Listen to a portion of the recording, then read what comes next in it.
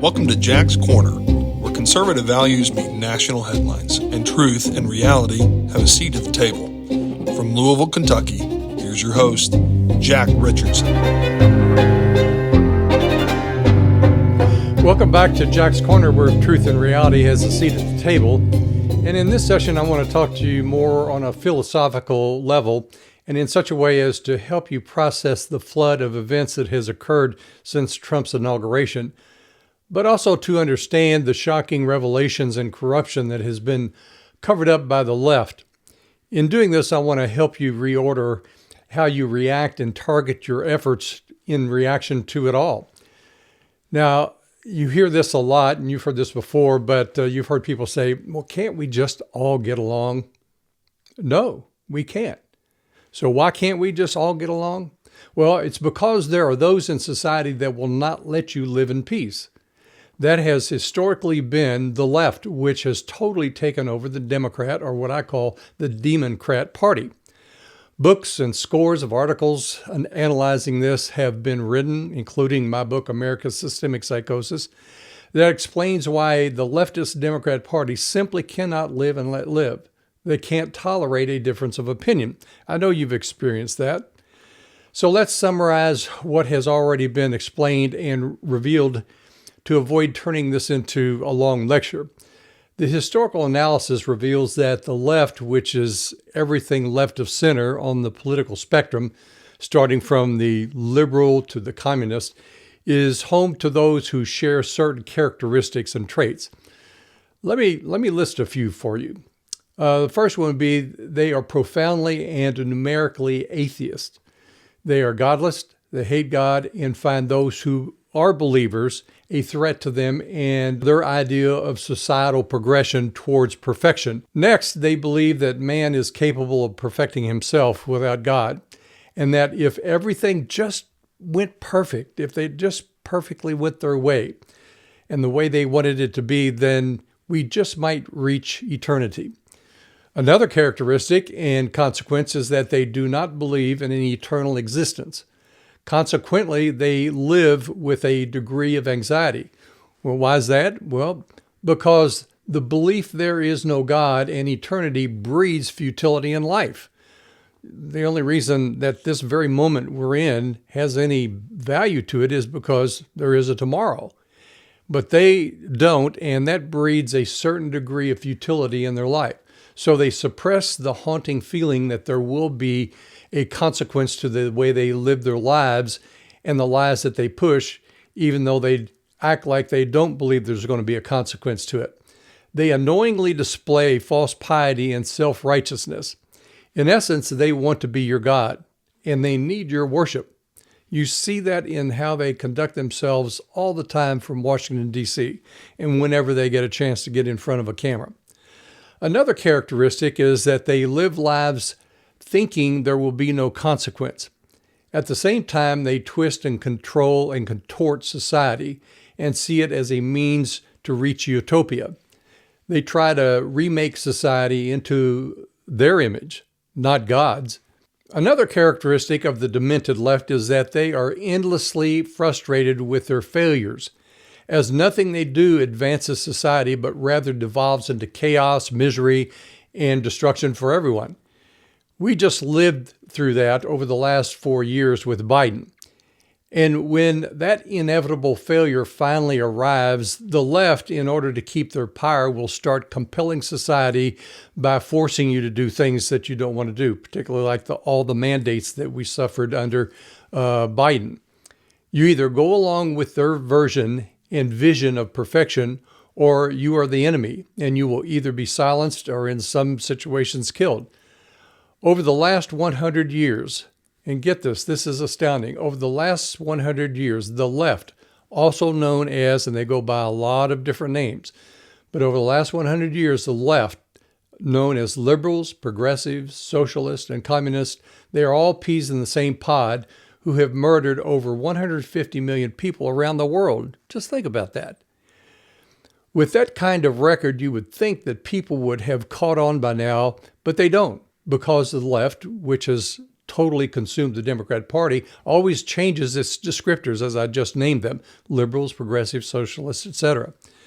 They cannot and will not let people live in peace. They take up causes for others that don't exist and display false compassion as if they are so righteous, but in reality, those causes are a means to an end, which is you are to think of them as being generous and kind. They create a problem, then convince you that they can fix it. For example, transgenderism and transitioning your child or forcing your daughter to compete against biological males in sport. And the list goes on and on. Much has been written about how atheism leads to various kinds of mental illnesses because the non-believer knows it not to be true. They know there will be a consequence, but they suppress it. That breeds envy, hate, and resentment toward the peace lovers. As the old saying goes, misery loves company. Well, they want company in hell, and they certainly don't want you to be in paradise while they burn. Don't be yoked with them. There are many deep analyses on this condition and these types, but what I have given you is a brief summary of why we all can't just get along. The left will not and cannot allow it. In the recent speech that President Trump gave to a joint session of Congress, we saw how unhinged and radical all the Democrats were and how childlike they were as they sat on their hands, even when the child that was fighting cancer was acknowledged by the president. The Democrats could not and would not bring themselves to applaud for that child. And they didn't stop there. When the 95-year-old mother was there embracing her son for the first time that had just been released from a Russian jail due to Trump's personal appeal to Russia, they again sat on their hands, stoically and with sour looks on their faces. When the boy who wanted to join the military and had dreams of applying to West Point was acknowledged, and Trump announced, and this was really a tearful moment, but Trump announced that he had been just admitted to West Point, the Democrats sat there glum and quiet. And when the girl who had suffered and survived partial paralysis from a biological male who slammed a volleyball into her face stood up, the Democrats refused to clap and celebrate her recovery. They looked stupid waving their little paddles with messages on them. To cap it all off, President Trump finally said to them, and he was probably saying what all of you were thinking as well, and he finally said to them, he did not think he could ever do anything or say anything to them to get them to applause, smile, or approve. They are filled with hate, and the whole nation watched it and agreed, leading to the Democrats' approval sinking to a record 21%. So you must remember this. Don't waste your time on the fantasy that you can coexist with a mental illness and evil person that loathes everything that you are and stand for. Instead, do everything you can to remove them from any position of power or influence so they can't harm you or your family or this country. This is called reality and truth, and that is the safest place to live. Folks, they won't change because they can't. Well, who's that? Well, who I've just been talking about. It's that character, that type of person. For thousands of years, the Bible has had much to say about fools. It also speaks of the simple-minded, that is, those who were born of low birth, or as the term describes it, simple-minded, in that they haven't the mental capacity. Now, the fool can be simple or smart, but never wise. Again, the Bible gives us very clear instructions about how to handle fools. The main one is that you don't argue with a fool lest you become one. There are those amongst us that are permanently irrational. The Bible instructs us to be equally yoked, and that means you certainly don't surround yourself in a company of fools. We saw this play out last week again, as I've previously stated, with President Trump's address to his speech in Congress. The Democrat fools were on full display. They were so juvenile in their conduct by interrupting his speech. They lacked any control and attacked the president's speech that they had yet to hear. Can you imagine that? You're going to attack something and you don't even know what you're about to hear or what you're really attacking? That should tell you everything that you need to know about the leftist Democrats. Can you imagine going to a doctor and before he even announces the test results of his exam that you started attacking him? That is what the Democrats are doing to the president and have been doing to you. The Democrats, or Democrats, as I call them, were prankish, and their little paddles, boycotts, and walkouts were basically to no effect. And everybody, it was on full display and everybody saw it. But most telling of their bankrupt character was their antics and the hate that they could not conceal. You could see it. It was seething in them inside. Even when simple etiquette, decorum, and civility would require it, they couldn't show any civility toward the guest in the gallery, not even the young child fighting cancer. Even in those moments, the Democrats were incapable of acting like responsible adults, and that's because they are fools. They are the fools as described in the Bible. They are not only the simple-minded fools, but they fit into another category, and that is those fools who are evil-minded. When one looks at the totality of the Democrat Party and all of the deviants they support and impose upon society, their evil was on full display for the whole country to see at the president's address. Nearly 80% of the public agreed with the president and disagreed with the Democrats' conduct. Even with this much disapproval, they still can't constrain themselves. Now, here's the important point of this message, and that is this. Abandon all hopes that these people will change because they won't, and they can't. It is part of their very nature and the sin and evil that they have embraced.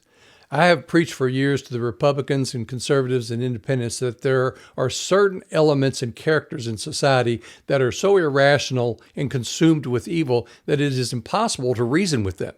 In fact, you are a fool to do so. The proper response is to be a good steward of your time and not waste it upon those people who are not your moral equivalent. That's an important term because we constantly make the mistake of thinking of the left as our moral equivalents. They are not. Those people live in a lie and they spew out lies daily. That's not only their character, it's their nature and the degree of their depravity. And as Dr. John MacArthur once defined depravity, it's a non-functioning mind. It is much like a personality disorder, which psychologists will tell you is a condition that is impossible to change. Or as with pedophiles and their recidivism rates, they can never be trusted around a child. Likewise, when someone has exercised their free will and is given over to darkness, it is incumbent upon you not to toy around with fire as a moth does around an open flame. For far too long, we have treated the deviants in society as having merely a difference of opinion. Folks, you do not have a right to an opinion that is detached from truth and fact. Let me repeat that. And I know this is strong for some people. But you do not have a right to an opinion that is detached from truth or fact, and particularly not to take such an opinion and impose it upon others. Now, while many have experienced the psychosis of the left, too many within the government, and particularly within the Republican Party and the business world, attempt to reason where there is no reason to be found. It's incumbent upon you to recognize evil and have nothing to do with it. How much clearer can it be that when someone tells you that men can become women or that men need tampons, that you are not dealing with a normal person, but rather a dangerous and mentally ill one? Now, you don't always find fools just among the simple-minded, but also many who occupy corporate boardrooms or those who have attained great wealth in their wicked dealings. The bottom line is you do not give these people a seat at the table. They will only use their positions to deceive and manipulate others. In our political world in Washington, D.C., it seems as if many people are waiting for the Democrats to come around and be reasonable. That will never happen, as it goes against the very nature, character, and grain of the Democrats and their desires. By attempting to reason with them, particularly on the public stage, it only dignifies them in the minds of the simple as to their absurd ideas. That's why I have said so many times, these are the people that you must discredit. Expose the lies that they tell. It's a simple exercise of refusing to tolerate their conduct. For example, if it's a Robert De Niro movie, And I can tell you, I don't watch them. Or a Jimmy Kimmel comedy. Again, I boycott that. Or a Taylor Swift event. What do? You just simply don't patronize them. Deny them your money, and you will deny them the resources that they use to spread their lies, deceit, and hate. Another example is the huge financial losses that Target, Bud Light, and Disney experienced. There has to be some accountability and a cost to this kind of evil. Don't give them the tools and the means by which to continue spreading their influence and lies. The simple cure to this suicidal problem is to stop funding it and disabuse yourself of the notion that these people will change, because they won't, and they can't. It is their basic nature. They have been given over to a reprobate mind and their evil desires. God did this with Pharaoh. He hardened his heart and let him have it his way, which ultimately ended up in his destruction. So don't be a fool by unrealistically expecting that evil will turn good. Remember, a bad tree will never produce good fruit. It is to be torn down and thrown into the fire. Save your time, money, and efforts and put them to good use where they will produce good fruit and a good profit for you and society as a whole. We have the most amazing and marvelous opportunities given us for the first time since Ronald Reagan, and we must make the most of them. That means you must get involved and be yoked with those who are like-minded. So with that, you ask yourself, well, what can you do? Well, many hear the truth and accept it, but are frustrated as they feel helpless to do anything, as they do not know what to do or how to do it or even where to start. First of all, you can spread these messages around to others, your family, your friends, your neighbors. You see, for decades, we were shut out of the conversation until technology caught up with the legacy media, and now they are dying out because of the hundreds of voices like mine who are spreading the truth. But you don't have to do your own podcast or website to do your part. All you have to do is spread the truth around. As I have said in other articles and podcasts, there are things you can do from your own home, such as, well, make a small donation of $5 once a month to a conservative cause. That's simple. That works out to $60 a year, and if you spread that out over 100 million people, that's $6 billion. That would fund everything that our side of the political spectrum needs to do. Another one is to join this podcast or others like it that will keep you informed. Here's a list of some news organizations to help you stay informed. The Epoch Times, Act for America, One America News Network, Ground News, The Daily Signal, The Daily Wire, The Martin Report, or AMAC, which is the Association of Mature American Citizens. Now, if you want to get out of the house, then you can join a local conservative group. Here's where you can make new like-minded friends and learn from them as well. You are no longer a prisoner to the dying legacy media. Make use of these new freedoms, particularly your free speech, and in particular, take advantage of this golden moment to make use of your access to the truth and the facts that are now out there and available. As a lawyer, I have told so many of my clients over the years that if you sit on your rights, you will lose them. Again, I cannot overemphasize how much of a difference you can make from your home. Think about this. Christianity swept the world, and it all began in homes with just a handful of people. Stop looking at the mountain and concentrate on your shovel. You bring down that mountain one shovel at a time. And one last point. There is what I call the 3% rule. Now, it's not my rule. It's something that's been written about and studied for decades. And it's called the 3% rule. Now, hear me on this. It has never taken a majority to turn a country or a culture, but only a paltry, small amount, a paltry, dedicated, and persistent 3 to 4% of the population to turn the culture. Russia was only 3.5% communist when it turned. Germany was 3% Nazi, and it turned. In America, a small, like percentage wanted independence, and you know how that turned out. Your small contributions have a greater impact than you think and know. The only problem is getting people to understand it, to believe it, and to act on it. So folks, with that, let's get busy. Thanks for joining me, and until next time, this is Jack's Corner, and I'm Jack Richardson.